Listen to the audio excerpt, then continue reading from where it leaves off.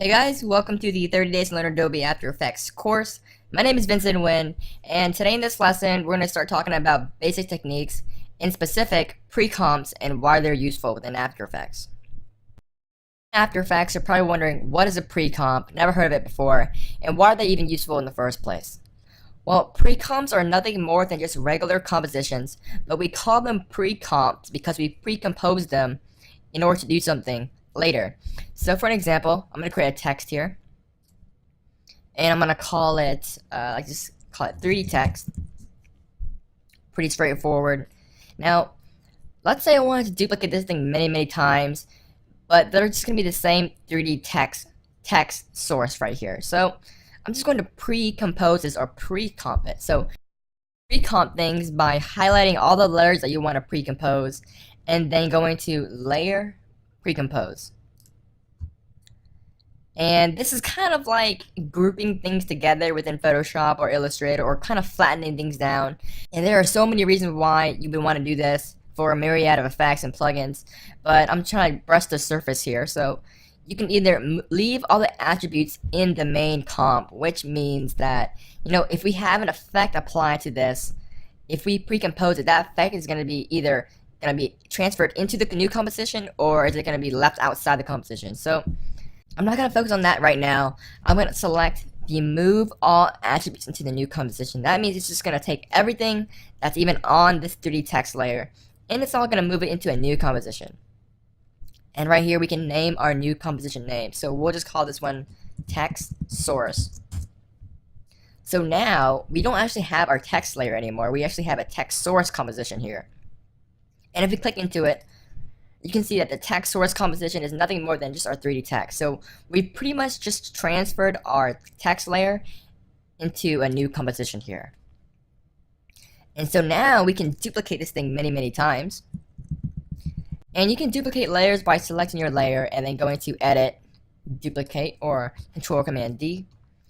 And so that way we just made a whole bunch of copies of our text here. So what I'm going to do is I'm going to select them all. I'm going to make them all 3D layers. Now keep in mind that these are all the same thing. All these compositions are the exact same. They're the same text source composition that has our 3D text within it. So with all of our layers selected, let's go ahead and hit P on the keyboard to show the position of all these same compositions here. So I'm going to leave the first at 0 in the z-axis, but I'm going to change the second one to 1 pixel in the z-axis, then 2, 3, 4, and 5, and keep on doing this until you reach the end. So I'm finished now, and I changed all the z-axis positions by 1, and the last number I have here is 21 pixels pushed back in z space. And that's just going to move all of the compositions that are the same back by 1 pixel in the z-axis. So let me just create a new camera so you can kind of see what I'm talking about here. And if I rotate to the side, rather than having a flat text, we actually have some basic extrusions here. So how does this even work? How do we even do that? Let me explain one more time. Basically what we did was we duplicated the same composition 22 times, and we pushed them, or we offset their position by 1 each time. So our first 3D text is up front. We push one back to create a 1 pixel extrusion. We push another one back to create a 3 pixel extrusion, so on and so forth and so on and so forth. So pretty much we're just duplicating the same composition and pushing them all back in Z space, which is in the depth. So we're kind of creating a kind of a pancake stacked up 3D text. And this is kind of a pseudo 3D text. So not really perfect, but it kind of does sell the effect here. And if I create a new light, you're going to see that it does react to lights here. So let's just make it a white light. So that's pretty cool, but what happens if we want to change this text here to something else?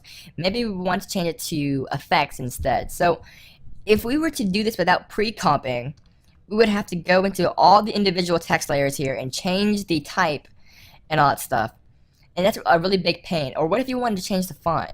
You would have to change the font for 20 to 23 layers here. And it also changes the size if you want to change the size. And that's where pre-comping comes in. And this is what I want to call the domino effect here. So as you can see, these are all the same text source composition. So we don't have to change all of these layers here. We can just go back into the text source here. We can change the font to maybe a different type of family. So maybe we can change it to extra bold. And then we can change it to, instead of 3D text, we can change it to effects. And when we go back into the main composition, you can see that everything updates because these are all the same compositions here. And so if we just change one, it's going to change all of the same text compositions here. So it's kind of the domino effect. And this is one of the handy reasons that you want to pre-compose or pre-comp things, because you get that domino effect and you can do all your edits in here, and that all those edits are going to ripple down and carry out throughout all of your compositions that are the exact same. So it's very, very handy. There are many, many more practices and many more reasons why pre-composing would be very, very handy, because sometimes you need to flatten things out before you apply more effects onto it. So it's kind of like merging layers or rasterizing layers. Sometimes you just kind of need to rasterize them, group them together, and apply more effects so they blend in together or work better with the effect. So we'll get into that a little bit later in the series, but in this case, that's pretty much it for pre-composing. It's just kind of grouping things together into a new composition on its own, so we kind of have some organization and some workflow here. So really basic overview of pre-comping and why they're useful. In the next lesson, we're going to be talking about layer maps and controlling layers with other layers. So if you guys have any further questions, don't hesitate to leave them in the forum so I can get them as soon as I can. And once again, guys, my name is Vincent Nguyen. I'll see you guys in the next lesson. Bye, guys.